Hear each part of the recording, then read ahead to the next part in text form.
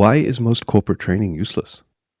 I think it's a great question. I think a lot of the reason for that is it's a lot of corporate or business organizations don't really understand what they want. And the thing is with a lot of, I find with a lot of L&D is parts of it are quite subjective. So people know, or organizations know, they want to train their people, whether that's in human skills, soft skills, hard skills, whatever it may be. But they take things at face value, where everything else in a business, they've got expertise. And I know that some businesses have L&D departments, and so they have their own organic experts, which is great.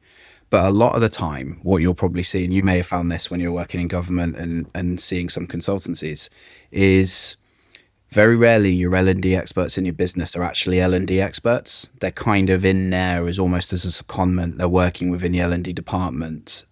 So when you get a big four consultancy or any sort of consultancy coming in, speaking big words and sounding fabulous about learning and development, you tend to be like, oh, this is amazing. This is exactly what you want. And actually, when you realize, when you break it down, what you're being told back is nowhere near what you asked for. And he's like, oh, we wanted a 2-day workshop. Oh, here's 6 months worth of X. It's like, no, that's not what I asked for. But because of that level of ambiguity and subjectivity in a lot of learning and development, people are, oh yeah, that sounds great. Let's do that instead. And that's probably, I find, at the heart of the problem, and why a lot of larger consultancies or some of your pure L&D consultancies essentially get away with murder, because they're like, oh yeah, we hear you, but I think you need this as well. It's like, you don't need that. You really don't need that. But here's another £150,000 of my money. Go for it. Ridiculous.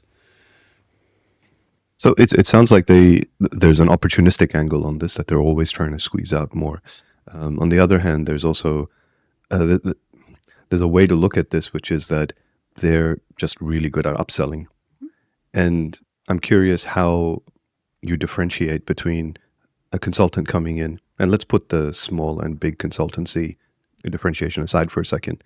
How do you differentiate between giving a client what they're asking for, but then really needing to have a conversation with them to say what you're asking for may be what you want, but you do actually need more intervention, or you need something that's deeper? Yeah, and to be fair, any decent consultancy worth their salt will have that conversation with the client really early doors. They'll come, the client will come to us or to someone else and say, we need X. And of course, as part of that discovery phase, you're not just going to blindly trust that they need that. You're going to look into it. You're going to understand their research, do a bit of analysis to where they've come to that conclusion from.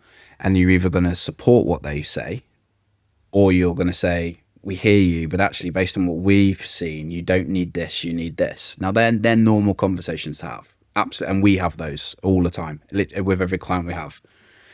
Where it becomes different is, and I've alluded to it, the upsell piece. Now, I'm not critical of upselling, because I'd be lying if I said that my company don't do it. Of course we do. If there's an opportunity to provide more value and there's actually required, of course we're going to mention it. The difference is when you, yeah, absolutely, of course. But the difference is when you see some consultancies and they're still there 12 months, 18 months, 2 years down the line, and they were brought in for 3 months worth of work. I've seen situations like this multiple times where it's like, you're going to do a site visit and you're chatting away with a potential client or someone you're just going to see, and they're like, oh, who's that over there? It's like, oh, they're from such and such a consultancy. It's like, oh, what are they doing? Oh, well, they've been here a while. They're something to do with L&D. Oh, right, that's really interesting. As there's 12 of them sat over there for £1,000 a day per person. Brilliant. You just carry on. I made a joke. This was probably sometime last year when I started really poking content wise, and I was like, you tend to find the consultancies that are like that are the ones that turn up at your daughter's wedding, and they're on the guest list. It's like, not only have they been coming into your business doing X, Y, and Z, but they're now at your child's birthday party, or they've come to your wedding anniversary, and it's like they're in every part of your life, but they're billing you for it. I got to, and that's it. And again, I broad brush, and as you alluded to just before, there are some great people that work for some of these consultants, or most of these consultancies, to be fair. The difference is knowing where your hard stop is. And for us as a smaller consultancy, we live and die based on the value that we provide. So we can't get away with going, oh, we just need another 3 months, because we're not big enough to even justify that. What we've asked to do is, this is what we need. This is how long you've got to do it. And as long as what the client's asking for is in the, it is genuinely a requirement, we may shape it slightly, but we will deliver that in the timeline that we've been given and to the cost budget that we've been told we've got. That's it. There's no, oh, but actually, I know you said you've only got £100,000, but actually it's going to cost you £150,000. We don't do that because it's nonsense. Because for a lot of consultancies, the people they've actually got in there doing it are only on the like graduate wage, while the margin's enormous and the rest of the business is taking that.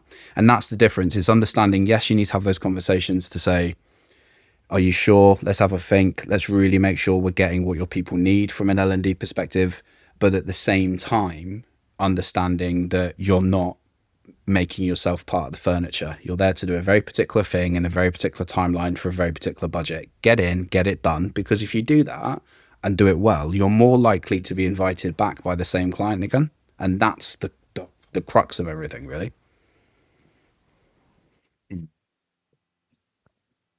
What is value in L&D?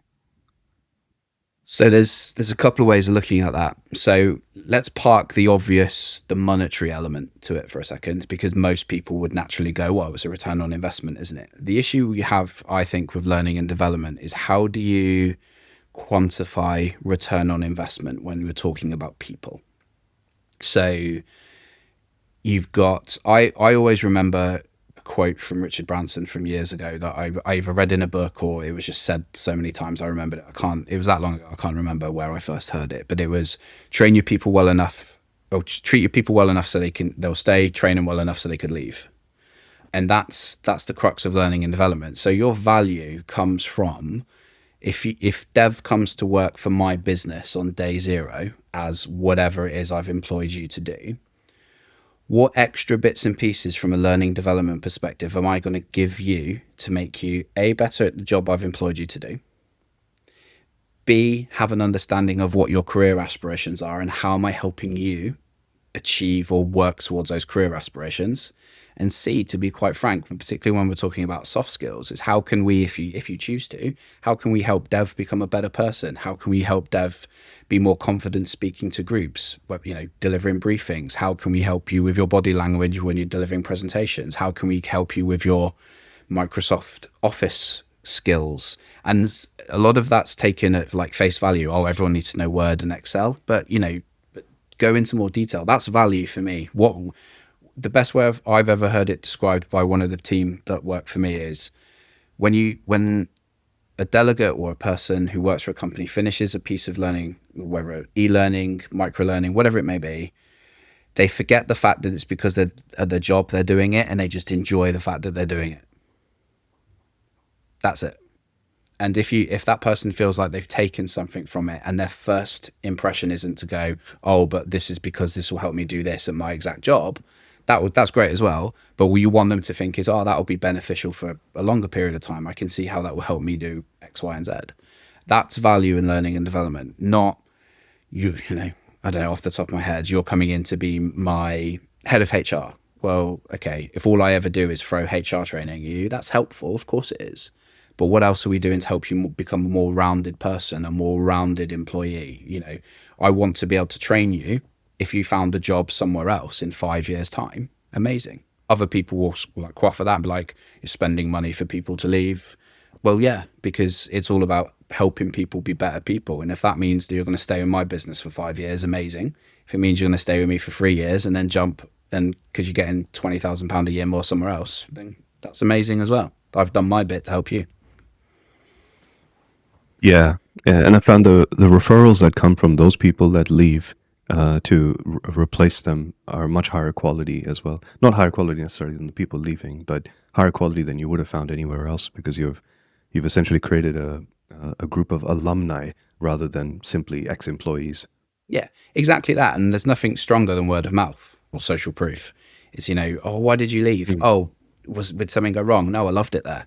But I got all this extra training, and they treated me like a human being, and they facilitated my growth.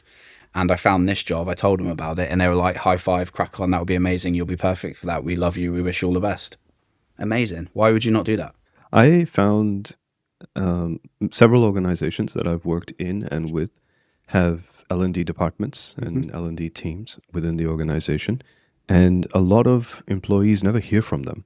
And if they do hear from them, they hear offers. It's sort of like an internal kiosk that you could go to and access some training if you wanted to, have a snack here or there.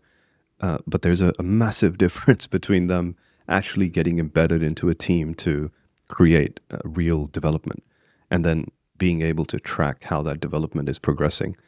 Obviously, as an organizational coach, team coach, leadership development coach, I've been in organizations where I've worked more embedded in smaller teams Mhm. and seen that distance between the team and the L&D department. It doesn't mean that the L&D people are bad in the No. organization or that the content is not good. Sometimes it turns out, and I find out that the content that I might be teaching a team is actually extremely similar to what the L&D team is teaching. Yep. And you could make an argument for, well, they've only got so much resourcing to access everyone in a broad organization. There's a dilution that happens at scale. But what I really find is that even when they do run these trainings, and maybe this is a parallel with what happens with Big Four consultings coming in and doing L&D as well, is that there is a lot of superficiality, and that superficiality sort of comes in, and you might be lucky if a participant here or there picks up on something that has a transformative effect on them. Mhm. But then when they go back to their regular culture, they go back to their regular work rhythms, the effect of that L&D is very, very minimal. Yeah. Does that resonate with what you've noticed as well? And It why does does. that happen? Why do big organizations keep building L&D teams that way? It definitely does resonate. And that last point you mentioned about how things don't seem to stick, a lot of the times is because the training they've delivered isn't measurable, so they've got no way of checking retention or learning. And one of the big pieces of work we tend to do with pretty much every client, whether we're still with them at that point or whether we've moved on and we're leaving something with them, is, well, what are you doing with that, say, I don't know, those 20 people from that department who did that training, those series of courses, those modules, whatever it was? Well, in 3 months' time, what are you doing?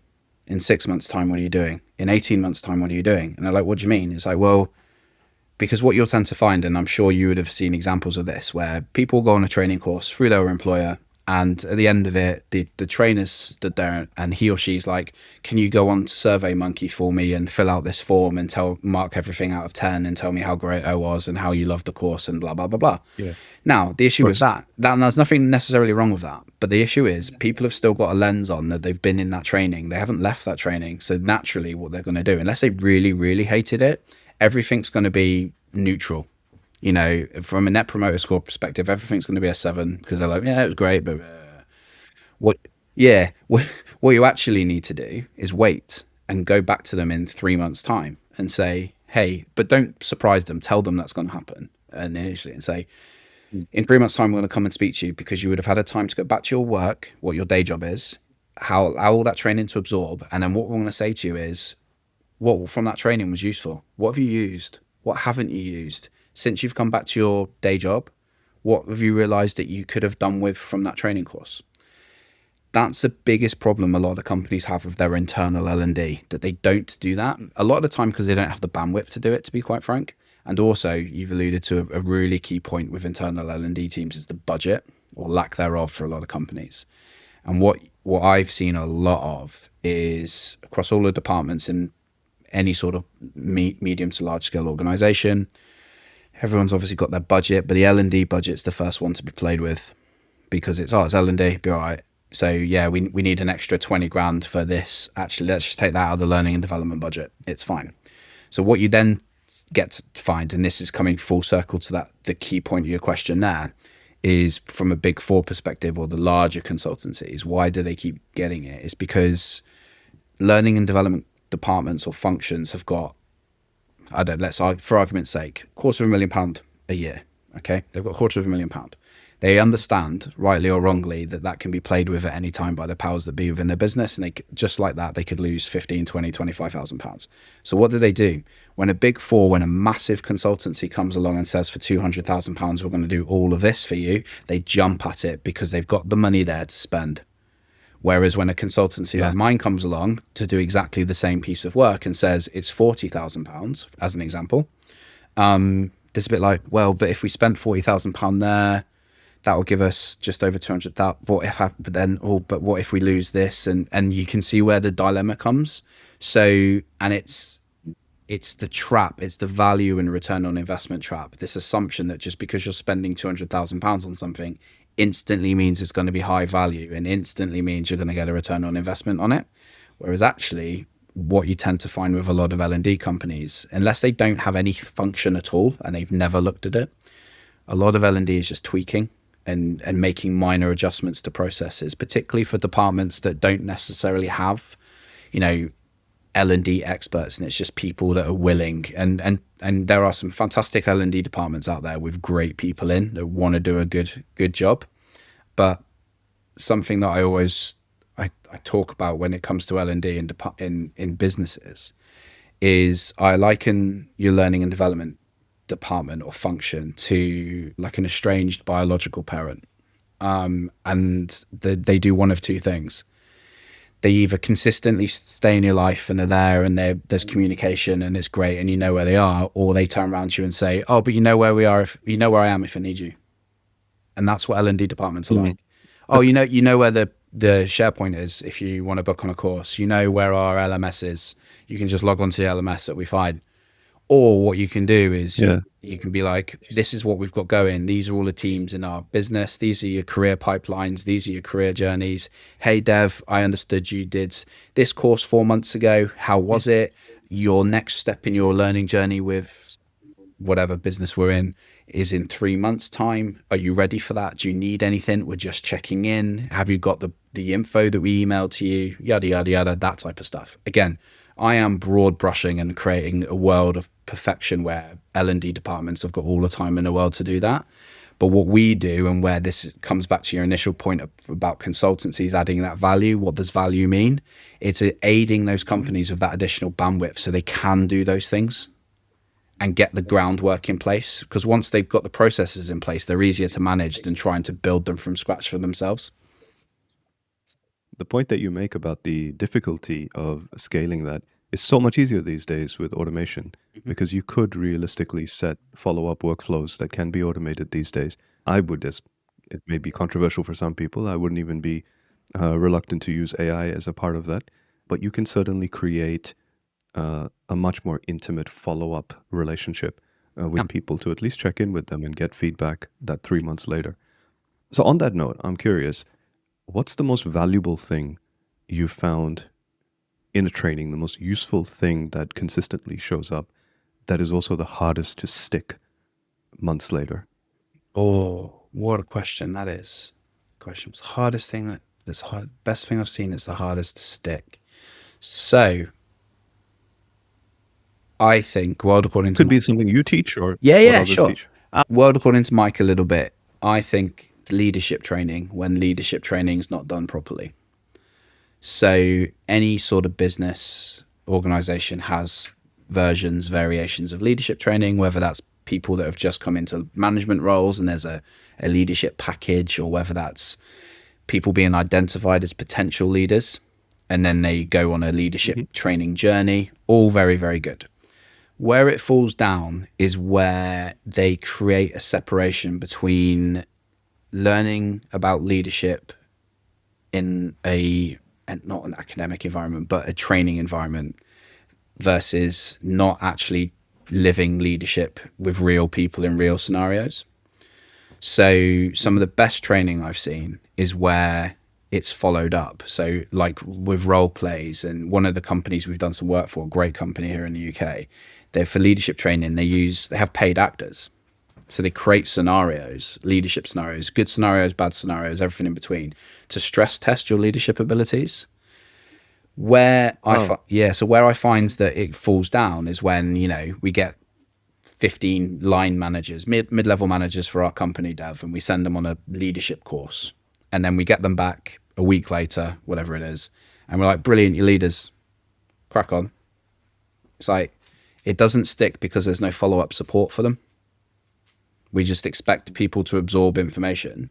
And again, that comes back to that lack of retention and learning, which everybody learns in different ways, absorbs materials differently depending on how it's presented to them. We just expect them to be great leaders. But the reason it doesn't stick is because we've not stress tested that. And I'm conscious for people listening to this or watching it. When I say stress testing, I don't always mean putting people under stress.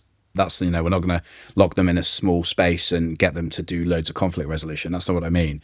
But you've got to give them the opportunity to use the tools in a controlled environment, so they know what it feels like to use those leadership tools, what it sounds like, how people react to it in a controlled, tested environment. And then when they get into those situations in the real world, in their functions, in their departments, they know the tools because they've experienced using them.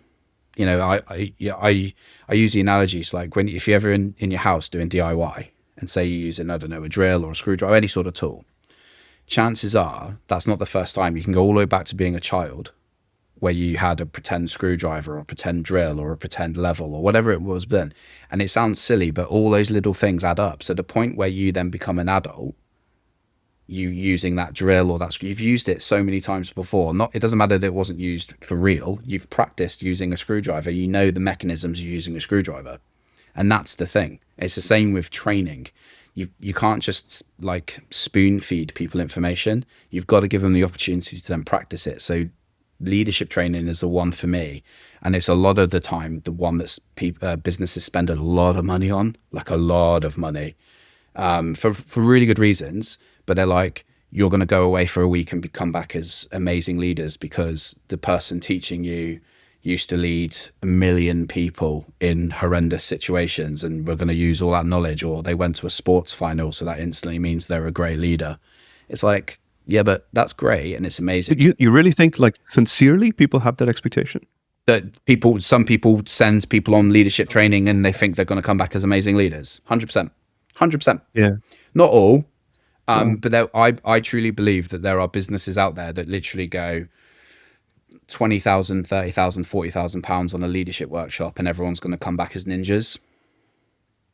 It's no different to be like, you might as well just buy them a $4.99 book and tell them to read it cover to cover. It's the same thing, but at least with the book, they can digest it in their own time and go back to it. Yeah, that's true. It's a slower release. Yeah, and that's you made me consider that. Yeah, you made me think that there's a perhaps a more eloquent way of asking my question, which you've already answered, is really what is the thing that has the greatest distance between knowledge and skill?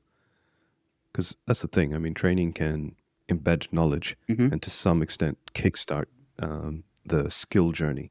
But really, I'm a big believer personally in the 70-20-10 principle of adult learning. I even have this hypothesis. I'm curious to hear what you think about it, that leadership training in and of itself is useless. Yeah, completely agree. If you don't support it with coaching. Yep, completely agree. Because again, let's come back to the analogy, and forgive me, I speak like this in analogies because I try in my mind as I'm talking to put everything in context, and I'm visualizing as I say it. And it's so like, say let's stick with you and you work for me, and you've been identified as a potential future leader, Dev. Well, we've got all this training, great, micro-learning, e-learning, there's a course, we're going to do all this. Great, fabulous, amazing. Stupid money, but great. It's worthless unless you, Dev, come back after looking at all of that, and then we assign you a mentor, a senior person in the business that you're going to shadow, that's done the thing you're going to do, that then you can bounce ideas off, create a psychologically safe mentor relationship where with that person or people, you can be like, I'm really worried about this. I'm thinking this is what I'm thinking about with this. And then that person then goes, you know what, Dev? Yeah, I felt exactly the same way within before I started the role, and that lasted about 3 months. And then what I found was, and you then are going, that's interesting. That's the key, because I agree with you, like the 30%, you can absorb all the information you like. And there are exceptions to this rule. There are people that literally can go on a training course, remember everything, and just apply it, and they're just like wizards. Amazing. Great. But not everybody's like that. Some people need to reflect on the skills or the knowledge, that they've absorbed, that's been delivered to them. They then need time to really analyze that reflection, and then they need time to apply that analysis and that reflection into their day job and test it, see how it feels, see how it tastes, see how it lands, all that sort of jazz. So yeah, I agree with you. And not just leadership training, any training's useless if you don't get the opportunity to apply it, and apply it in a scenario or a situation or an environment that's controlled and allows you, if possible, to fail and learn. That's where real learning comes from, not here's 5 days with this person that used to be the manager of whatever sports team and they're a ninja on leadership. That's probably amazing to listen to and fabulous, but it's not going to help dev potentially who works here that doesn't apply himself in the same sort of way. That makes sense. You said something earlier about, and in fact, to put this into context as well, on your LinkedIn profile, right at the top, in your tagline, you have this line, this phrase that's part of it that says 45k pound solutions that outperform 500k pound PowerPoints, Mm-hmm. which I think is very clever and very astute. And I have no issue believing this. A little while ago, when we were talking about this, you alluded to this thing. I think it's known as decoy pricing bias, where if you've got a number of things, a number of pricing options in front of you, you will tend to think of the middle one as the best value. Yep. And if you have two pricing options and a cheaper one, there may be a bias that kicks in that says, well, the cheaper one's probably not going to be perceived as higher value, particularly if there's a big difference between the two. And so people that are more stingy and not really committed to the offer might go for the lower one. People that have a lot of money and have that anchoring, that association with something that's more expensive is more valuable will gravitate to the more valuable one. But as we know, that's not necessarily actually how things play out. Sometimes a 200-pound PowerPoint slide is just that, a waste of money and waste of time. Yep. Having said that, there probably are 45,000 pound consultants that are just cheap and don't necessarily, they're not able to deliver because of that lower price point. And I've sat on procurement panels in agencies where I've observed that bias kick in. Not so much for myself, because I'm usually on procurement panels where I have the skills involved in the domain. So I'm brought in as the domain expert to help with the procurement. But I've seen with other generalist managers and program leaders that bias kicks in. And if, for example, you've got a 200,000 pound offer, a 100,000 pound offer, and a 50,000 pound offer, and then maybe another one that's also a 50,000 pound offer, it becomes really difficult to discern if the 50,000 pound offers are actually good value or they're actually cheap. And therefore they're probably not going to bring everything to the table, and they're underpricing themselves because there might be a confidence issue or a competence issue. How do you tell the difference? How do you figure out if somebody is not ripping you off, but they're cheap because there's an ethics element to it, or there's a resourcefulness element to it? Yeah, and it's a great question, and something, I know, like for instance, the post that you reacted to that triggered this conversation of mine, someone commented on that post saying, word for word, "You're too cheap to what we do." And if I've had like a quid for every time someone said that to me, then I'd be making a lot of money. And we've had that exact same points you've highlighted. I've been in tenders and pitches where they're like, it sounds like you're undercutting. To which point I turned around and said, how am I undercutting if you've not told me what the other prices are? Yeah. And they were like, oh. And I went, so yeah, but it's a fair point. How do you know the difference? And I think, and again, I can only speak for myself, but I have been in and around procurement teams as well, in the Ministry of Defence and a few other bits and pieces. It very much comes down to the person that's in front of you. So for us, I'll give you a live example of what we do. So we're not cheap, we're not expensive. We price point at the price point we need to deliver what we're asked to deliver while making a margin for the business. And when anyone, then usually it does happen pretty much every time, but why are you so much cheaper? It's like, well, because I don't have investors that I need to make sure I'm paying. I don't have 40,000 members of staff.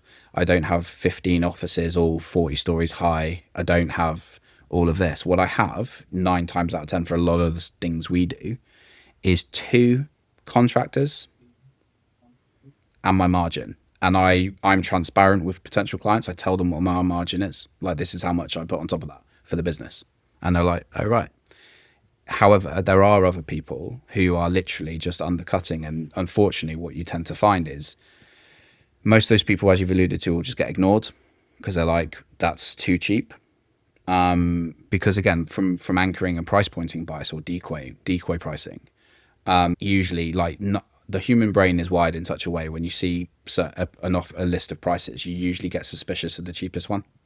Why is it cheap? Why is it so much cheaper than everything else? Why is it just cheaper? What's wrong with it? Is it broken? Well, that type of thing.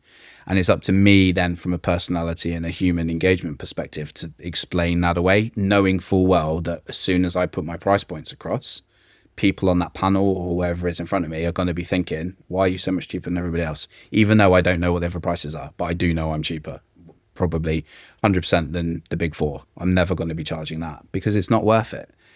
Putting together a change management process that lasts 3 months is not £1 million worth of work. I will never be convinced of that, ever. It's nonsense. It's just greed. It's corporate greed. It's £1 million. No, it's not. It's 2 contractors doing 3 months worth of work, which is this. But unfortunately, to answer the point, it's for a lot of companies, it's trial and error. You will find examples where they go with the cheaper option, realize they shouldn't have done, and then go another way. It's similar to the post I put out, but that's the reverse, where they went for an expensive option and they realized a few months in that they were getting nothing out of it.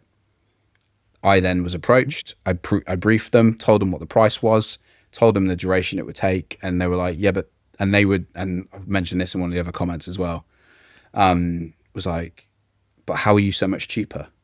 I'm like, well, what did they charge you?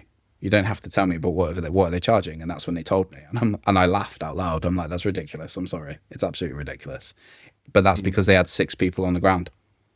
And we did it with one and a half, really. And that was it, because that's what it needed. That's the truth of what it needed, not half a dozen people working in the corner of your office pretending to do stuff and presenting a 500 slide PowerPoint deck. Here's my analysis. Nonsense.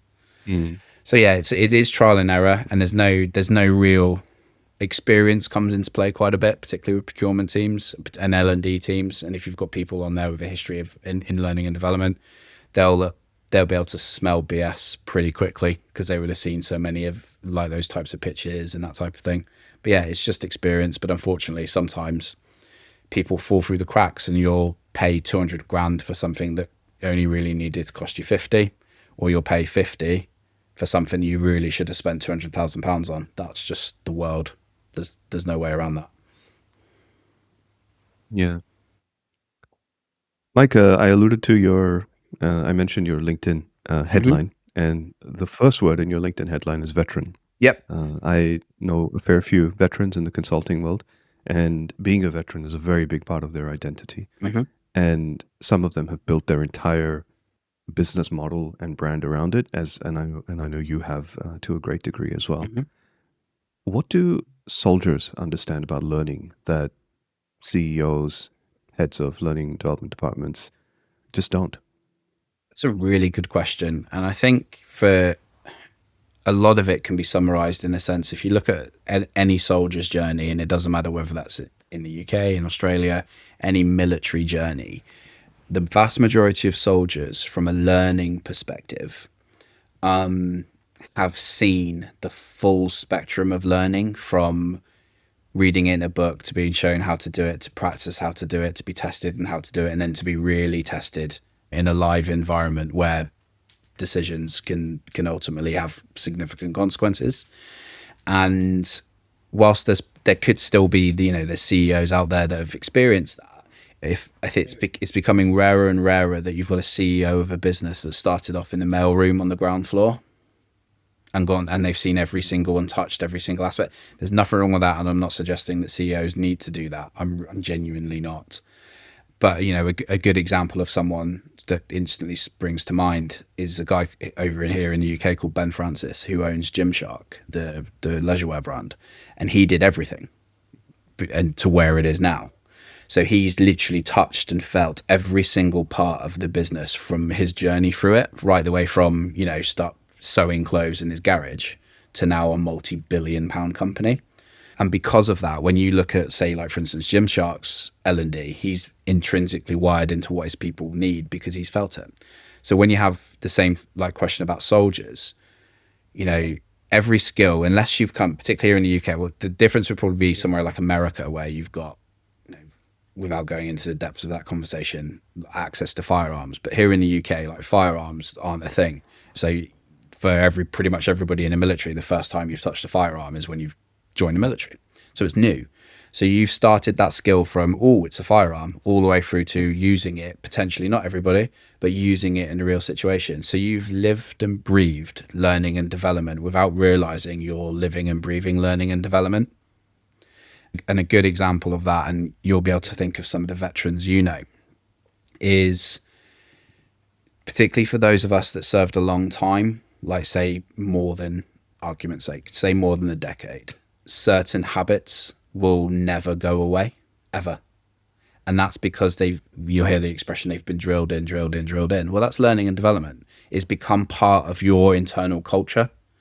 So I think particularly when you see a lot of veterans in learning and development, they are coming from a position where they've experienced such a broad range of skills being delivered to them, from how to handle a weapon to fitness training to how to iron their clothes to how to look after themselves to how to fix whatever piece of equipment they're working. So such a broad range, and they apply that. Using my personal experience, I didn't particularly like school. I was not a fan of formal education. So and I don't do it as often as I'd like anymore, but when I'm in front of a group, whether that's in a workshop or whatever it may be, I use my lens of, I don't want this to feel like they're in school.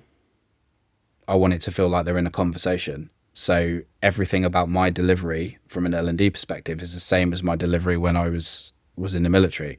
Putting people at ease, having a conversation, getting my points across, making sure they're listening, but at the same time, not making it feel like I'm being didactic and hammering them with it. And that's where I think a lot of veterans bring that skill. It's, every veteran on the planet, pretty much, regardless of where you're from, has spoken to people from different cultures who speak different languages, who, for a variety of reasons, whether that's on deployment or whether you're attached to a foreign, military partner. So we've all had experiences. I was 19, 20, the first time I was speaking to a group of people that didn't speak English. And I had to find a way to make that work. And I did. And as a result of that, and again, I won't speak for all veterans on this, but for me as a veteran, if someone turned around to me and said, just stand up in front of that group of people and talk, I can. It doesn't bother me in the slightest, because I've done the extreme versions of that and I've been fine. Nice. Could you tell me that story? The culture one, yeah, and that was yeah. So funnily enough, that's happened on more than one occasion, and it's eventually turned into the thing that was like almost a commonality from my military career. But that was all around like foreign visits to the UK. So as is the way with any military, you've got your partners, your allies, and they send dignitaries or representatives from certain schools within their own militaries. And I was part of a hosting team selected to talk to a group about a particular capability that we had. And I realized that a couple of them, there was about six, from memory, there was like 6 people in my cohort. And that one of them spoke English, which was great, but relatively broken English, but the rest of them didn't. So what was happening was I was explaining the capability. The individual that could speak English was then translating into the native language for everybody else. So I was like, in my head, super quick, I was like, this is okay, but it could be better. It could be super better. So instead of doing that, what I did is I just got them in, like touching the capability, the thing I was talking about, and said, right, I said, rather than talk about it, let's essentially, and these are my exact words, let's play with it. And everyone was like, oh, that's interesting, because again, coming back to learning and development, regardless of where you're from, regardless of what language you speak, regardless of your ethnicity or whatever it may be, everyone understands play. It's why, I'm a big believer in like Lego learning. A good friend of mine is a Lego coach and uses that as a tool. It's incredible because you can't help but use it and build stuff with it, regardless of how old you are. And it's the same thing. So if you tell a group of people, do you want to just touch it and play with it? They're like, yeah, let's do that. So we did that instead. And that was great. And again, I spent time in Brunei. I've spent time in Uganda, in Somalia, in Rwanda, in Kenya, in places like that, where, particularly like places like in Uganda, where the camp was quite rural. So it was people from the farming communities that were in the military there. And whilst they understood English, they didn't necessarily speak it that well. So you had to find a different way to communicate. And there wasn't someone else that could do it for you. So you had to find a way. So in that instance, I used football, because all the lads there, for whatever, they're all football fans, mad for it. All weirdly all Manchester United Yeah. fans, as you tend to find outside of the UK. So I just used a football pitch. I drew out a football pitch on the ground, and I put different things to talk about in different parts of the pitch. I said, right, we're defending a corner. Well, they all knew what that meant. So they all stood in the box. And as they were in the box, I was talking about something else. Right, it's a penalty. Right, okay. And I put things on the net, and I was like, this is what this means. And they all got it, because essentially it was play. It was learn by play. So yeah, and again, coming back, that's the military, and I'm quietly confident in saying this, the military gave me the confidence to deliver and talk to people like that. Without the military, I wouldn't have ever thought, just because it was very much sink or swim. If I didn't communicate what needed to be communicated, no one was going to do it. So I had to find a way, so I did. I enjoy listening to Jocko Willink Yeah. quite a bit. Wouldn't say I'm a fanboy as such. He's probably someone that is a lot. His personality is very different to my general vibe, and sometimes it's a bit confronting. Mm-hmm. And I think, I need to listen to these kind of concepts of extreme ownership and radical self-honesty and being really hard, because it's not my default, and therefore, and it's not the way that I would teach or speak, and therefore I should really embrace it. But it gives me a really great appreciation of the resilience and fortitude of people who have served, and particularly those who have been on front lines and seen real action, Mm-hmm. as they say. But sometimes in my coaching practice, I see a lot of people on the brink of burnout, and without any judgment, I say this very compassionately, you would think that they are really in the line of fire in terms of how their nervous system responds, in terms Mm-hmm. of how they mentally and psychologically and emotionally are affected by the pressures of a rough round of work or a very toxic corporate culture. Yeah. And it got me wondering, employees under that kind of pressure, corporate employees under that kind of pressure, organizational employees under that kind of pressure, Mm-hmm. or soldiers under fire, who breaks first?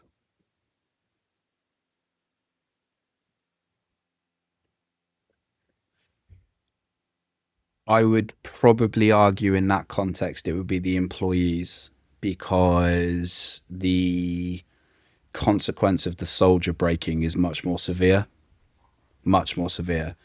And I think, again, if you were to have got conversations with, a broad range of veterans from different nations, different militaries, all that sort of stuff, the one thing, and I'm happy to say this because I believe I wouldn't necessarily, it wouldn't be the majority decision, but enough would probably agree.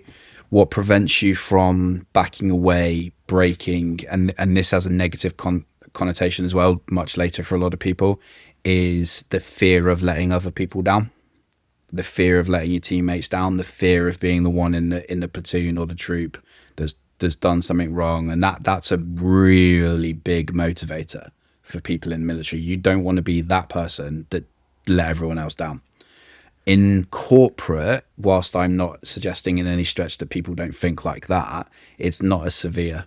You are in a job that's your job, paying your wages. You go home at the end of the day, you've got your family. Of course you have. There's nothing wrong with that. And people in the military do as well. Of course they do. But the fundamental difference is, I think, and again, I'm broad brushing, there will be exceptions to this. I still speak to people from 20 years ago, whereas someone left a job 20 years ago, it's pretty unlikely that they're still going to be talking to people that work there. Whereas military people will always talk to military people. If you, for instance, you work for, I don't know, say you work for like an airline in Australia and you meet somebody who works for an airline in Canada, you've got similarity and that would be part of your conversation, but then that won't probably last that long and you'll kind of just drift away. Two people meet each other that are veterans that served in different militaries in different parts of the planet. There's shared experience there, regardless of the fact that they're from different parts of the world, and that conversation will go on and on and on and on and on. And that's the driver. So I would argue, and again, I alluded to it just before, That in itself for veterans presents problems later, not for all, but presents problems later on in their lives when they then have to confront some of those bits and pieces that they then push down for a variety of reasons. And that's where we have issues with mental health, particularly in the veteran community, issues like PTSD, things like that, where people have suppressed issues or suppressed thoughts and feelings for the greater good at the time. And then X amount of time down the line, it's reared its head. Now, there will be people commercially that suffer, of course there are, that suffer with their mental health, of course, and that's for similar reasons, but the context is different, if that makes sense. The triggers are different, but the outcomes might potentially be the same. So yeah, but what I would say, just to add, when you're talking about, like, say, the employees, and it's the same with the military to an extent, everyone deals with stresses in completely different ways. Every human being has their own coping mechanisms, rightly and wrongly. Some people seem to glide over the stress and aren't bothered by it at all, but 10 years down the line are an absolute wreck. Other people glide off stress forever and it aggravates you because they never seem to be bothered about anything. Someone else, like someone drops a pencil behind them and they get a bit like this. It's just human nature. What needs to be done more, and businesses, and perhaps, some extent the military as well, need to be aware of is, and I've got no issues with saying this, and people will hear me say this and, oh yeah, whatever. Psychological safety is super important. It's really, really important. And it isn't woke, it isn't soft like some people will believe. And I will confront anyone who suggests that. What it is it provides an environment where people are able to express that shit's going wrong for them, rather than expecting them just to bottle it up. And that's just as important as in the military as it is in a bank or wherever it is people work. People need to feel that there's a psychological safe space where I can turn around to you as my manager, Dev, and say, listen, Dev, I'm struggling here. And you turn around to me and go, what can we do to help? And it might just be that I say, I don't think I need help right now. I just needed to be able to say that. And that's it. And the release of the pressure valve that has on people is incredible. And that's why you're seeing more and more, coming back to the L&D piece, workshops and understanding about what psychological safety means and why it's important, because what's happened over the last couple of years is it's got this stigma to it that we're creating a woke generation of people that cry at everything. That's not what it's about, and it's never been about that. It's been hijacked by people who think that. What it is essentially people looking after people, which we should all be doing anyway. It's not rocket science for me. And I know, again, some people might listen to this and be like, oh yeah, whatever. So, well, if you think that, I'm not meaning you, but if someone's listening to this podcast and here and thinks, oh yeah, whatever, pal, they're part of the problem, to be quite frank. I've got no issues in saying that to their face. If you're that dismissive of other people that need to express how they're feeling, you're part of the problem. Mike, I really hope, I really, really hope that some people listening to this feel that way so they can hear you say that. Yeah, it's probably unlikely, to be honest, because my audience, the type of people that tend to gravitate towards this kind of podcast, are not those type of people. Good. But I think it's a real, well, on one hand, yeah, that's nice, and I've had episodes where we talk a lot about psychological safety and the implications not only on culture but actual high performance and what that means, and it's a big part of what I teach and coach on. But on the other hand, the shadow side of it is that you could be preaching to the converted, and the people who really need this message, need to hear what you're saying, often don't get exposure to it because they just don't hang around those people, and there's a confirmation bias that kicks in. Mm-hmm. But I do want to say this is really interesting perspective on PTSD, not only in military context, but generally, that I've never thought about it this way. That when a non-veteran or a non-service personnel thinks about PTSD in Army, we think about it from reference points of movies and TV shows about military action, and it's about, well, there's a lot of sensory simulation, there's a lot of nervous system overload that happens because you're in combat situations or very high tense situations, and you're holding those tensions in acute things that make really cool scenes in action movies. But actually, I think what you're saying is that that's one aspect of it, but the other aspect is that there's a culture embedded of, I need to stay strong and appear resilient for the brother next to me or the sister next to me. And what that means is that I, um, I think you use the term pressure valve. That pressure builds up not only over one mission, but over a sequence of weeks, months, and years. And I think that can happen in corporate environments as well, in delivery teams and high pressure culture organizations where the toxicity is actually really well intentioned. It's not about I'm going to treat everyone like an asshole because that's going to make us be able to crack the whip harder and Mhm. get everyone extracting more output. It can also be that, oh, well, I need to appear strong and resilient and tough and positive and have all my shit together because I need to inspire and empower everyone around me. So it makes me think of a lot of things around how psychological safety is something that builds up over a long period of time Yeah. of demonstrating vulnerability. And yeah, it's interesting. I don't know where I'm going with that exactly, but I do have a question for you. Is corporate resilience training a scam? Mm. The idea of it, no. How it's being implemented, yes. Because the idea of corporate resilience training. So let's look at it in two different ways. So you look at it from a base level in terms of your people, and then a collective level as your company, therefore, i.e., a group of people. Funnily enough, definition of company. The idea of it is, we want to create a resilient culture, a resilient organization, so we're able to confront issues head on as a unit, as a tribe. Fundamentally, that's what we're talking about. Let's be honest, as a tribe, and with minimal or limited downturn in efficiency, output, XYZ, whatever it is for the business. Fine. There's nothing wrong with that. Okay. What I see is an oversimplify I'm sorry, put my teeth back in. An oversimplification of it. And what I mean by that is there is, and again, before I say this, I will caveat what I'm about to say with there are exceptions, and there's some great corporate resilience trainers out there, companies that do it. Brilliant. There are. But what I've seen personally is a one size fits all approach to it.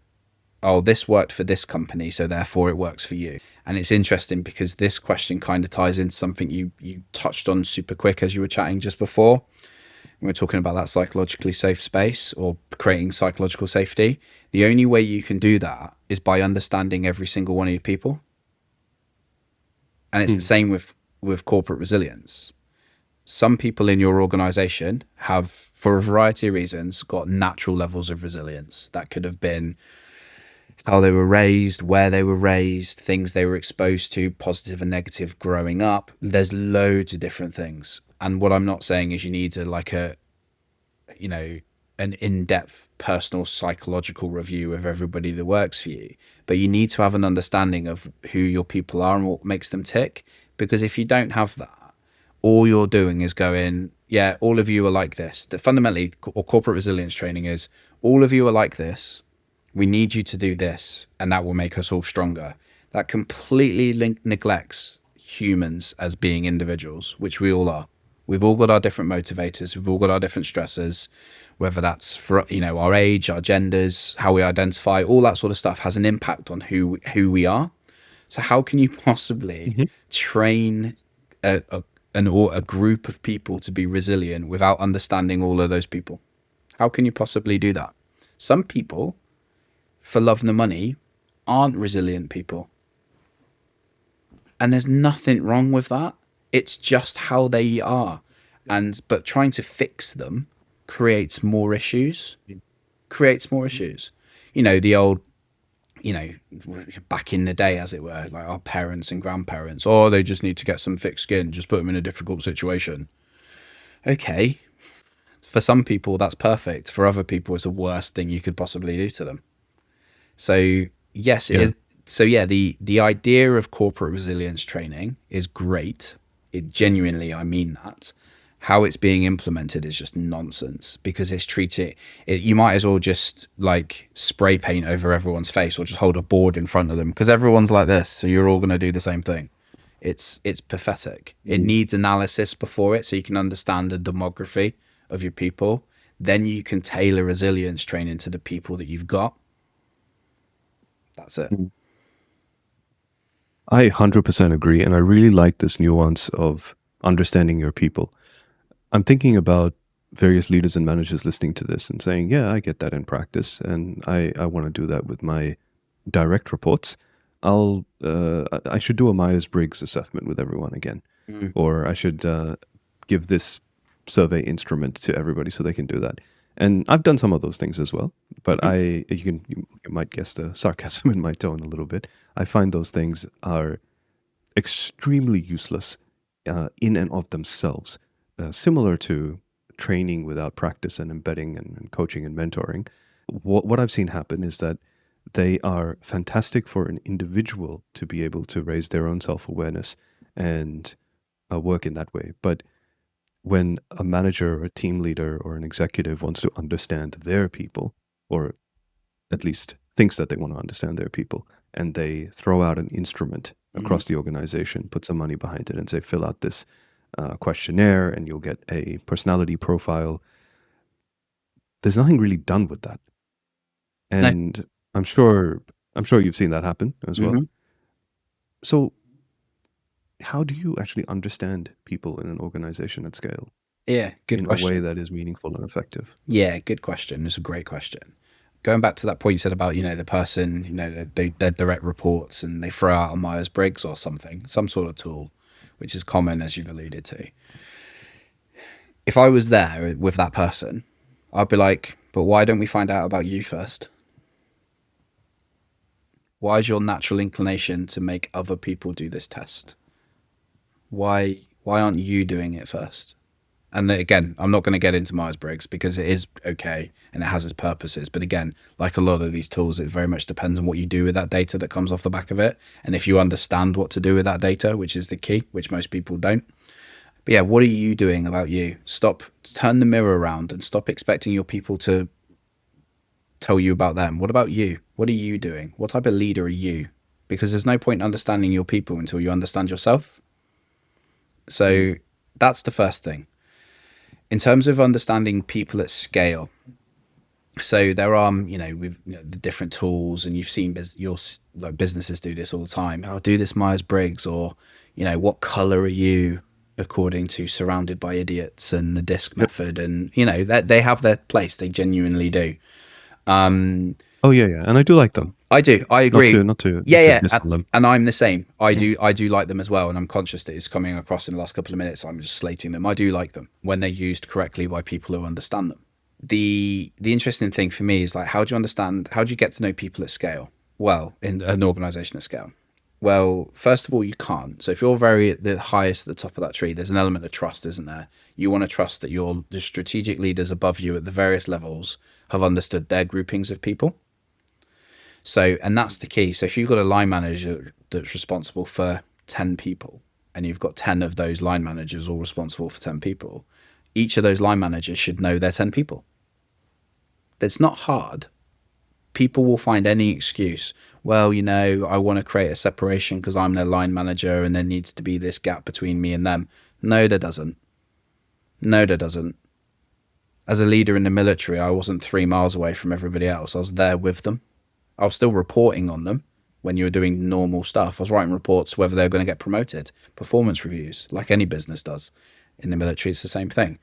But that didn't stop me from being there with them.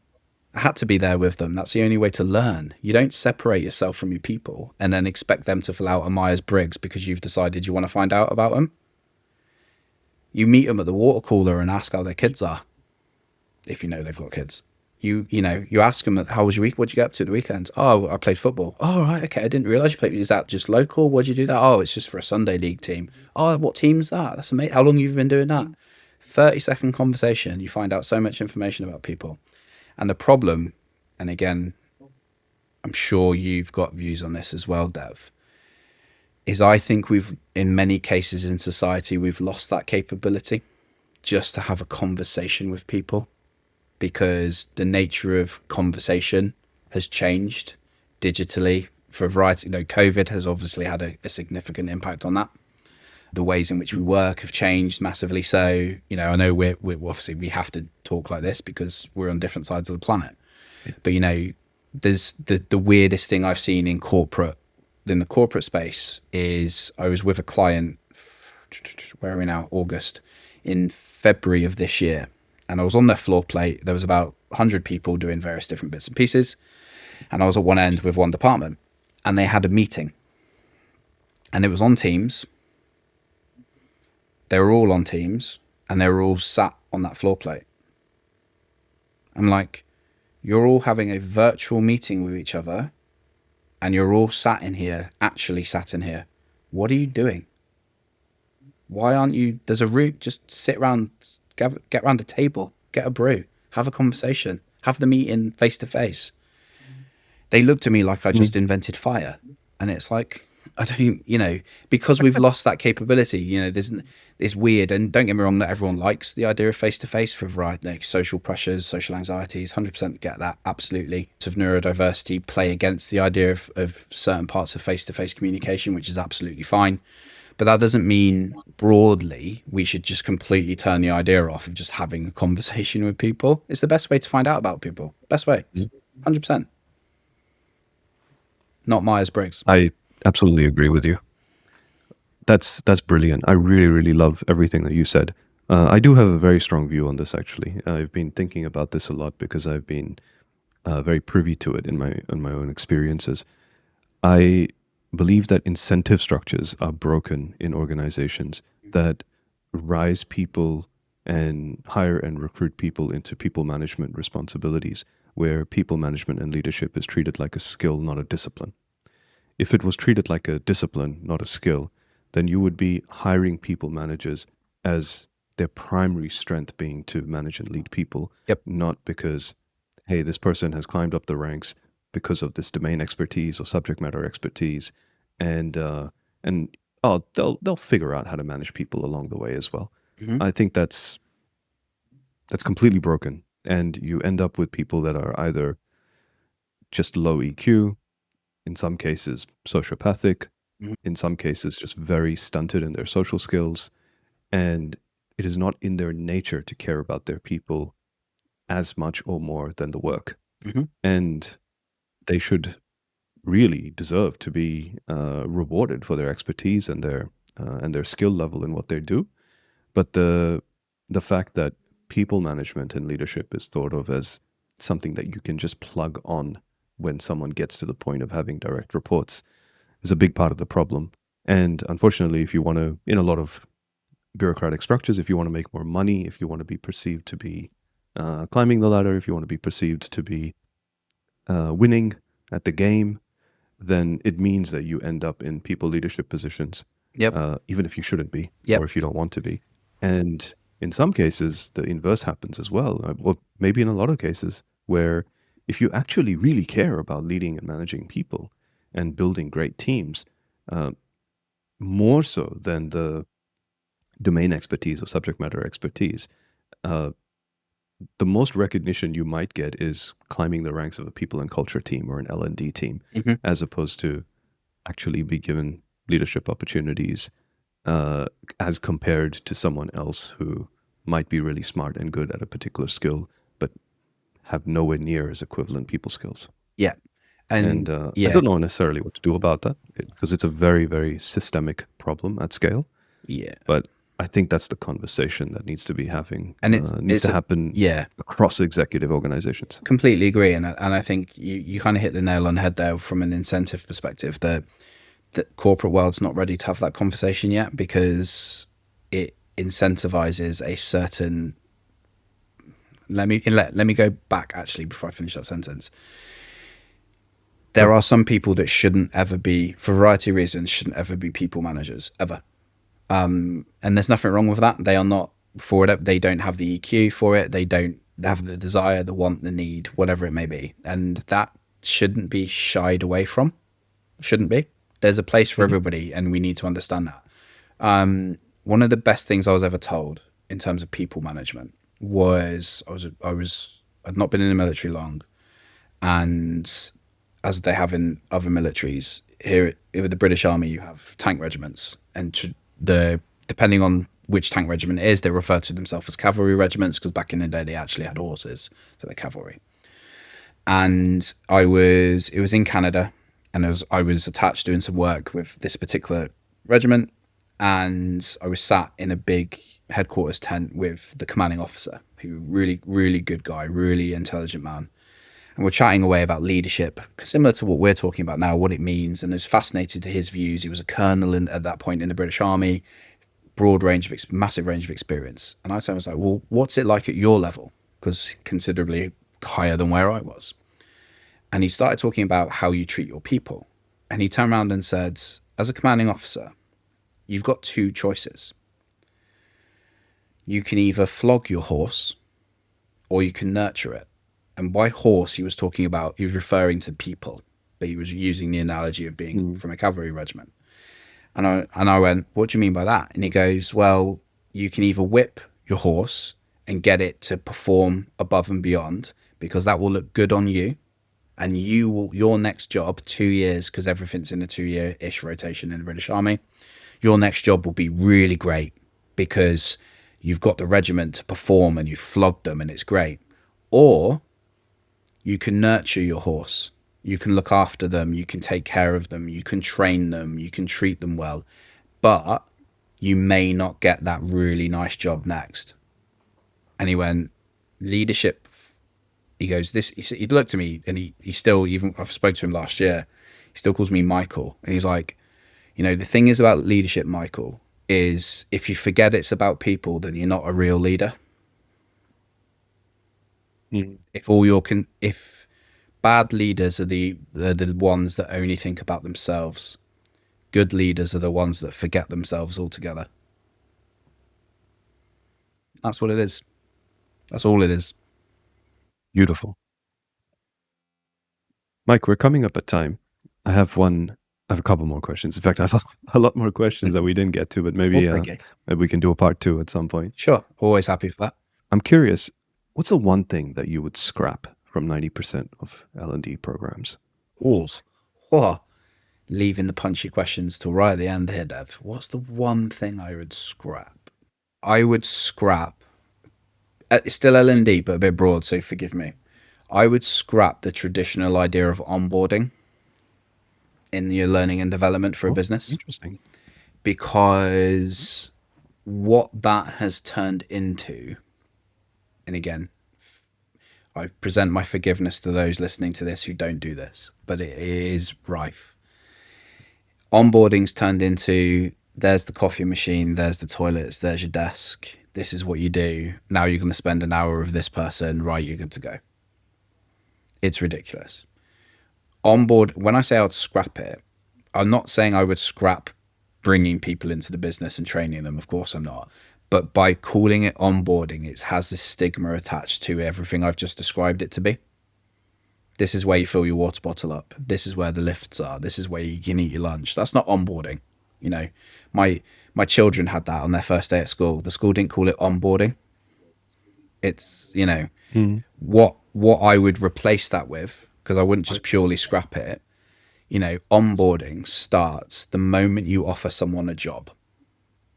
The moment. And even if they're not physically going to be in the building or logged on or whatever the way of working is for 6 weeks, onboarding starts the moment you offer them a job. And there needs to be a formal process, a journey, a yellow brick road that they go down. And that doesn't stop when they start. It carries on for months. And that leads into their CPD journey.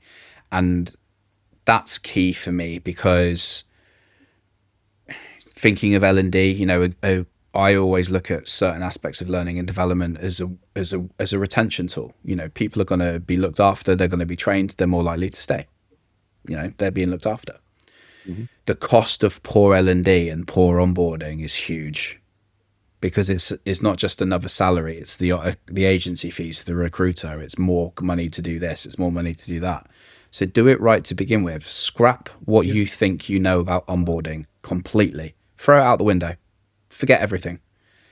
Bring an expert in, or if you've got if you can, even better. And I am a massive advocate for this. Find your experts in your business that are already there, that might be doing something else, but they're ninjas on stuff. Get those ninjas. Get them to do it. Redesign your onboarding. Start strong with people in your business, not Oh yeah, here's your pass, here's your laptop, here's your keyboard, whatever. Yeah, brilliant. Cheers. Here's your log on. That's horrendous. You know, I'm sure you would have seen this. Someone starting in a business on their first or second day, and they're kind of just sat at their desk, like, what do I do now? Because they're waiting for the predetermined Yeah, time to I've go and had that speak to them. experience There myself. you go. I You, remember it. you just sat there and you're Yeah. like, you, Mind you, there are always online modules and, oh, e-learning things about WHS and everything you need to go through. yeah. But I see that equivalent to being shown where the water cooler is. I'm not saying that you shouldn't do it. No, of Obviously, course. you need to know the basics of being a good corporate citizen in whatever environment you're joining and the legalities, and there might be regulatory stuff. But yeah, I hear what you're saying. It's extremely top of the iceberg stuff. Yeah, it's not even scratching the surface, and it's, what do you need to deliver to those people? And you are right, there's those compulsory things that you still have. Of course, you're always going to have to do that, from the HR perspective and the legal perspective, still deliver those things. I saw an onboarding process once where the process was 2 days, and the new starter had 30 minutes Teams calls with every single person that they were ever going to work with, one after the other, after the other, after the other, all day. That's the most ridiculous thing I've ever seen in my life. That person was mind numb by the end of it. And what did they learn? Not a lot. Because all that was really happening was each time they met someone online, they're like, "Oh, tell me about yourself, Mike." And Mike, or whoever it was just repeating themselves 16 times. They didn't learn anything. Oh wow, It's that's horrendous. painful. It's horrible. Yeah. But it's just redesign it, scrap it, get rid of it, and just think, what would you do if you were running your business, Dev, or if you were head of HR and you were coming into your business as a brand new starter? What would you want to know? And if I would argue, and even though you're right, you do need to know, you need to be a good corporate citizen. If the first thing out of your mouth is where the toilets are, where the water cooler is, and where the kitchen is, one would argue you need to turn the lens on yourself a little bit and have a bit of a chat with yourself. Agreed. Very, very thought provoking. Mike, one question that I ask everyone before I let them go is, what does it mean to lead by design for you? Wow. So for me, lead by design means whether you're in a commercial space, a corporate space, a business, whether you've got 10 people, 30 people, 30,000 people, the military, whatever it is. Lead by design is the idea that whatever it is you're trying to achieve, everyone's read in, everyone understands what it is, and everyone understands the journey you're going on. You lead a psychologically safe, fully transparent organization where everybody understands exactly why you're doing what you're doing and when. And then off the back of that, your ability to lead becomes a million times easier because people understand why. They may not agree, but people will understand why you're making the decisions you're making because they're read into the vision and what you're trying to achieve. That's what lead by design means for me. Like, I want to acknowledge you are one of the most articulate and congruent people I have ever met with your Thank you. That's really online kind. brand and personality. I thoroughly enjoyed this conversation, and I really wasn't sure how it goes. This is the first time that we're meeting in real time, and no, I really mean that your ability to thoughtfully articulate clearly and concisely in a way that doesn't just show your knowledge, but it also shows your experience and your care about the things that you're talking about. It's very rare and really impressive. Thank you. That's really kind of I'm you. very grateful to have spoken to you and to have met you. Thanks for coming on. Really appreciate it. Is there anything that you would like to say to the audience in terms of pointing them anywhere? How can they find you? Any last words at all? LinkedIn, as you found me, Dev, to be fair, seems to be the way that most people find me nowadays. My LinkedIn's a little bit confusing, as you probably experienced when I sent you a couple of pictures of myself. So my profile picture is non-beard, whereas clearly I have a substantial beard now. The standing joke is this is what happens when you try to run your own business. You end up growing, like getting a beard and getting stressed. There's grey in there. Thankfully, the light doesn't bring it up. But yeah, LinkedIn, Mike Dawson, MDA Limited is on there as well as a company page. That's where I sit and where we post a lot of stuff, content-wise, ideas, thoughts, L&D, veterans, literally everything's on there. The one thing I'd probably leave like the listeners, the viewers off the back of this conversation, what I try to say to everybody is always think, regardless of your role in L&D, whether you're working L&D, whether you're a recipient of it, whether you're a director of a company, whatever it is, before you make a decision on learning and development for your people, remember that the first thing you're doing is looking through your own lens. You're not looking through the lens of the people that are going to experience the decisions you're making. So take a breath, pause, and remember that you're looking through your lens that's been shaped by you and your experiences, not the people. And it comes all the way back to the conversation we had before about understanding your people. Go to the leaders in your teams that understand your people and let them set the tone and let them come to you with what to do, because they're the ones at a tactical level that are living and breathing the decisions that you make. So always go to them first. Don't be afraid, and don't be that person, that leader that's, I'm the leader, I'm the director, I'm this, I've got to be the one to make the decisions. The best leaders are the ones that absorb the knowledge from their teams and make an informed decision off the basis of that. Wow, that felt like hitting a six in the overtime. That's amazing vital wisdom. Thank you so much, Mike. Thank Look you, forward Dev. to speaking to you again on the Yeah, show and otherwise. And yeah, that's the pod. amazing.